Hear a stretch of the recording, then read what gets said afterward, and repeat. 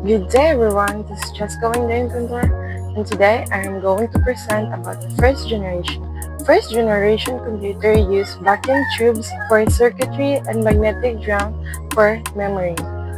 They produce a lot of heat and consume large amount of electricity. Programming was done using machine language, which is the most basic language a computer understands. Input was given through a punch card, and output was displayed on printouts.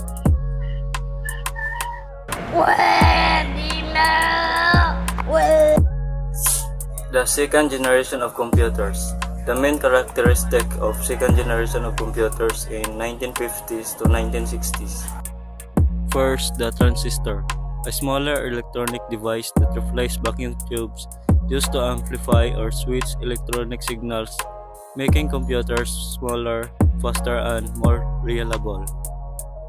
Magnetic core memory, a type of memory that stores data using tiny magnetic rings, cores to represent binary information, zeros and ones. Magnetic tapes disks, storage media that use magnetic coating to record and retrieve data, widely to use backup and large data storage.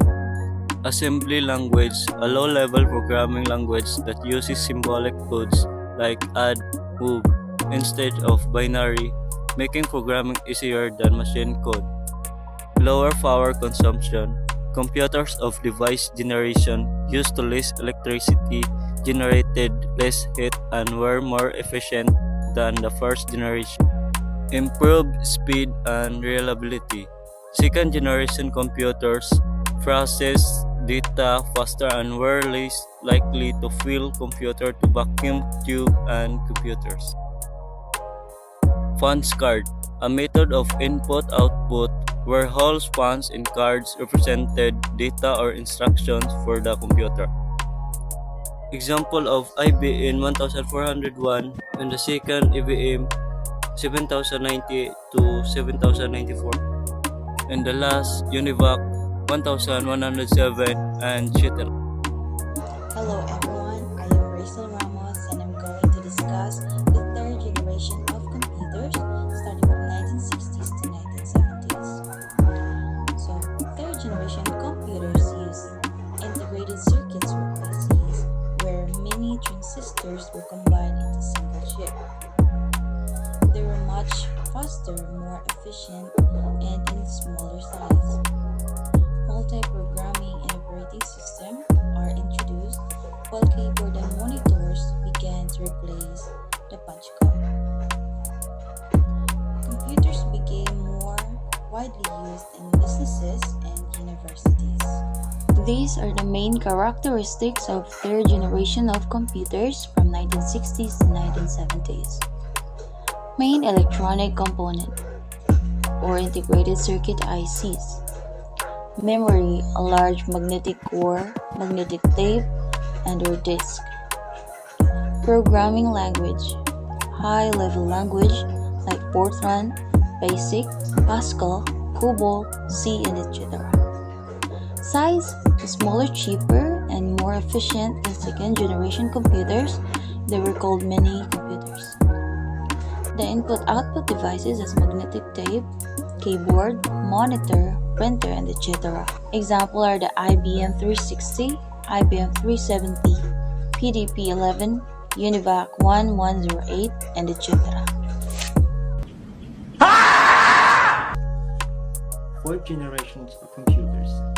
The main characteristics of fourth generation computers, 1970s to present. First, VLSI, or a very large scale integrations and microprocessor. The processor of creating a single integrated circuit or IC by embedding hundreds of thousands or millions of transistors onto a single chip. Second, memory. Semiconductor memory such as RAM and ROM. RAM, or a random access memory. RAM is a high-speed, volatile memory that loses data when power is removed, used for temporary data storage and active program instructions. ROM, or a read-only memory.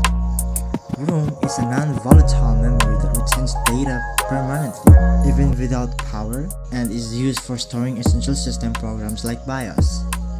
Fifth generation, present and beyond.